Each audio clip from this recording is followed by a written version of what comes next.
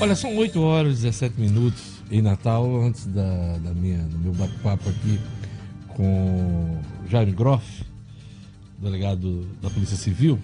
Uma informação: após jantar com Marconi Perillo e Tasso Gereissati, o governador Geraldo Alckmin disse que aceita presidir o PSDB para fortalecê-lo. Ele disse que se o nome dele puder unir o partido, fortalecer a legenda, ele aceita, é dever dele. O PSDB tem marcado a convenção para o dia 9 de dezembro, quando vai eleger a nova executiva nacional. Marconi Perillo, governador de Goiás, e Tasso Gereissati, senador pelo Ceará, retiraram suas candidaturas a presidente do partido em acordo com Alckmin. Um jantar ontem, no Palácio Bandeirantes, com a presença do ex-presidente da República, Fernando Henrique Cardoso, os tucanos tentando se entender aí para enfrentar a batalha eleitoral do ano que vem. Olha, por conta do aumento da violência, da insegurança pública em todo o país, muita gente tem defendido mudanças no Estatuto do Desarmamento para permitir que as pessoas possam possuir armas para se defender. Uma dessas pessoas é o delegado da Polícia Civil, Jaime Groff, que é o nosso convidado nesta terça-feira. Bom dia, Jaime. Bom dia, Diógenes. Por que você é a favor de mudanças no Estatuto do Desarmamento, essa lei que é de 2003? Olha, Diógenes, a gente tem que analisar o Estatuto do Desarmamento sobre o prisma objetivo. Ele foi ou não foi eficaz após sua entrada em vigor? Ele foi uma lei de 2003, como você bem disse. Essa lei foi regulamentada em 2004, entrou em vigor ali no final de 2004, mais ou menos 2005. Isso. E depois disso, o número de homicídios não diminuiu, que teoricamente, seria o objetivo do Estatuto do Desarmamento, diminuir o número de mortes por armas de fogo. Quer dizer, menos armas com a população, em tese, nós teríamos aí uma redução da violência e dos homicídios. Né? Exatamente, o objetivo propagandeado era esse daí, né? Mas o que a gente vê hoje é que o número de mortes por armas de fogo explodiu. Então a gente tem hoje no Brasil o número de mortes de 30 para cada grupo de 100 mil habitantes, onde o número razoável considerado é de 10 para cada número de 100 mil habitantes, e a grande maioria dessas mortes por armas de fogo. Então, onde está o resultado do Estatuto do Desarmamento? Se antes da entrada em vigor desse estatuto, os números de mortes por armas de fogo eram menores. Então, como é que você faz? Como é que você defende a eficácia dessa lei, se num comparativo de antes e depois da entrada em vigor dela, o depois é muito pior? Você é do grupo que acha que a arma só está na mão do bandido hoje? Eu acho não, tenho certeza absoluta. Eu vejo isso no meu dia a dia. Então, você como agente da segurança pública? Com certeza. O meliante hoje, o infrator da lei, ele tem acesso a uma arma de fogo de maneira muito fácil. Por quê? Ele desrespeita a lei. É princípio básico dele, como a gente bem sabe, desrespeitar a lei, e por conta disso ele consegue adquirir uma arma de fogo no mercado negro. Já o cidadão de bem, não.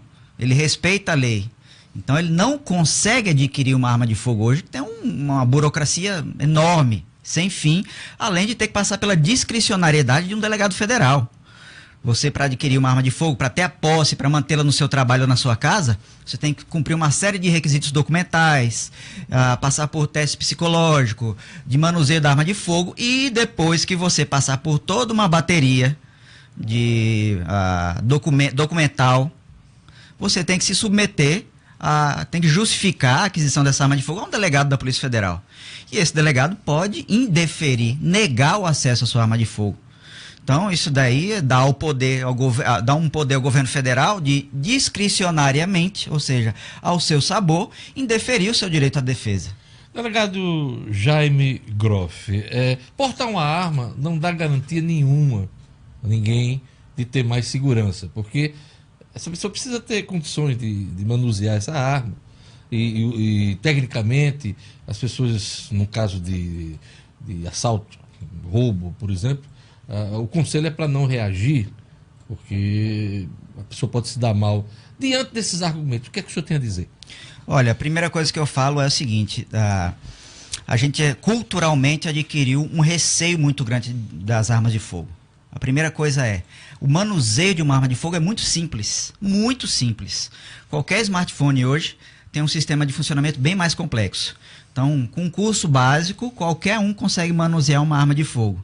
Segunda situação que você falou aí, não é garantia, de fato, não é uma garantia que você vai escapar de um roubo, por exemplo, mas possibilita que você tenha a chance de reação, que hoje você não tem. Se o meliante tem uma arma de fogo e você não tem, realmente você não pode reagir. O conselho predominantemente é esse. Mas se você tem uma arma de fogo, indubitavelmente, e isso estatisticamente comprovado, há a possibilidade de uma chance aparecer de reação. Então, nessa chance de reação, você pode sobreviver, manter seu patrimônio e até a vida da sua família. Tem duas coisas que eu gostaria que o senhor comentasse. Primeiro, com a população armada, de idade armada, a gente não correria o risco de ver um faroeste nas ruas das cidades, das principais cidades brasileiras? Esse é um sentimento subjetivo, Diógenes. E eu combato com um argumento objetivo. Antes da entrada em vigor do Estatuto do Desarmamento, o porte e a posse das armas de fogo no Brasil eram bem flexíveis. E a gente não tinha esse cenário. Então, houve uma mudança do brasileiro. O brasileiro hoje virou um cowboy do Velho Oeste americano, e esse argumento do faroeste americano, os números de mortos por habitantes no Velho Oeste eram menores que o do Brasil hoje. Então, quem dera a gente fosse um faroeste, porque está pior a situação. Então, objetivamente eu falo isso. Antes da entrada em vigor do Estatuto do Desarmamento, as pessoas podiam andar armadas. E por que a gente não tinha esse tipo de situação? Outra coisa, a gente acompanha aí o noticiário nos Estados Unidos, uma série de atentados, de episódios aí em igrejas, em supermercados, em universidades, de loucos que portam armas, compram armas com facilidade. Lá nos Estados Unidos isso é permitido. E nós temos aí uma sequência aí de chacinas, verdadeiras chacinas, promovidas por desequilibrados, pessoas que não têm condições mentais de possuir uma arma de fogo. Esse tipo de coisa não pode se verificar e se repetir aqui no Brasil? Pode sim, mas são problemas pontuais. Há uma hipervalorização, uma hiperexposição da mídia nesse tipo de problema. E, como regra geral, dentro dos números da segurança pública dos Estados Unidos, são incidentes que... Mas a morte de 20, 30, 40 pessoas num episódio desse não é de chamar a atenção, deveria chamar a atenção da sociedade, da comunidade? Chama, com certeza chama. Mas veja os números da violência nos Estados Unidos. São crimes chocantes, eu sei, com certeza, devem ser analisados devidamente. Mas o Brasil hoje está com um número de mortes por habitante na casa de 30. Os Estados Unidos variam um pouco de estado para estado, mas é na faixa de 5 para cada grupo de 100 mil habitantes. E outro detalhe bastante importante, Diógenes. A maioria, se não me engano, ou até todos, eu não sei a correção exata dessa informação, mas esse tipo de atentado, de chacina, ocorre nas chamadas gun-free zones. Ou seja, o camarada sabe que naquele local onde ele vai levar a arma para cometer esse ato de loucura dele, as outras pessoas não estão armadas. São áreas livres de armas.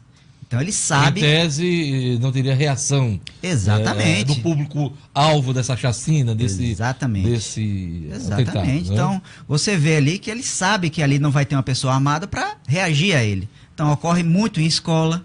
O último atentado, se não me engano, foi dentro de uma igreja, que é uma gun-free zone. Então, ele sabia que não tinha uma arma lá dentro para reagir. Então, tem que ser considerado isso também, com certeza. Pois é, um tema bastante polêmico. E o senhor tem conhecimento de pesquisas atualizadas sobre a opinião do brasileiro em relação ao desarmamento? Tenho. O brasileiro hoje, majoritariamente, indubitavelmente, é a favor da revogação do Estatuto do Desarmamento. O senhor defende Defendo. a revogação Total dessa e lei completa. do Estatuto, né? Com certeza. Isso daí, sem receio nenhum, Diógenes. Aqui na América do Sul, É a os lei países... 10.826, de 22 de dezembro de 2013, que entrou em vigor ali por volta de 2015. Perfeito. Né? Então, como regra geral, todo país que permite que a população se arme é mais seguro do que o Brasil. O senhor está postulando uma vaga de deputado federal nas eleições do ano que vem pelo Partido Novo. Esta será uma das bandeiras? Com certeza. De um eventual mandato parlamentar? Isso. O Partido Novo tem um processo seletivo para candidatos, Diógenes. É um procedimento inédito no Brasil e eu estou inserido nesse processo seletivo. Caso seja aprovado, o Partido Novo pode me escolher dentre os demais aprovados para concorrer a essa vaga na Câmara Federal. Mas essa é uma posição sua, individual ainda, né? Não é uma posição da legenda, do Partido Novo. Não, é uma posição da legenda também. Também é Também da legenda. A questão do desarmamento. Revogação, né? Total do Estatuto do Desarmamento é uma posição da legenda do Partido Novo que defende que a população volte a se armar. Partido Novo que lançou um candidato a presidente da República, né? O João Amoedo. Exatamente, João Amoedo, um dos fundadores do Partido Novo, vindo do mercado financeiro, uma pessoa extremamente qualificada que defende ideias e não salvadores da pátria. A gente não pode cair de novo no conto do salvador da pátria, já caímos nessa e não foi legal. Então, qual é a matriz hoje, a matriz do Partido Novo, do ponto de vista ideológico? O liberalismo. Diminuição do Estado e aumento das liberdades individuais. Ao contrário, né, do que a gente tem visto nos últimos 20, 30 anos aqui no Brasil. Ou seja, o aumento do Estado é a diminuição da liberdade individual. Aumento da carga tributária, da burocracia estatal, enfim, impedindo o desenvolvimento e a prosperidade individual do Brasil. Quais os planos do Partido Novo para o ano que vem, Jaime Groff? Tentar entrar no Congresso Nacional. A Constituição Federal hoje é uma Constituição que dá muitos poderes para a União e estados e municípios estão desprestigiados. O Rio Grande do Norte é um exemplo claro disso, um estado que vive de repasse da União. Estamos na penúria aqui, dependendo.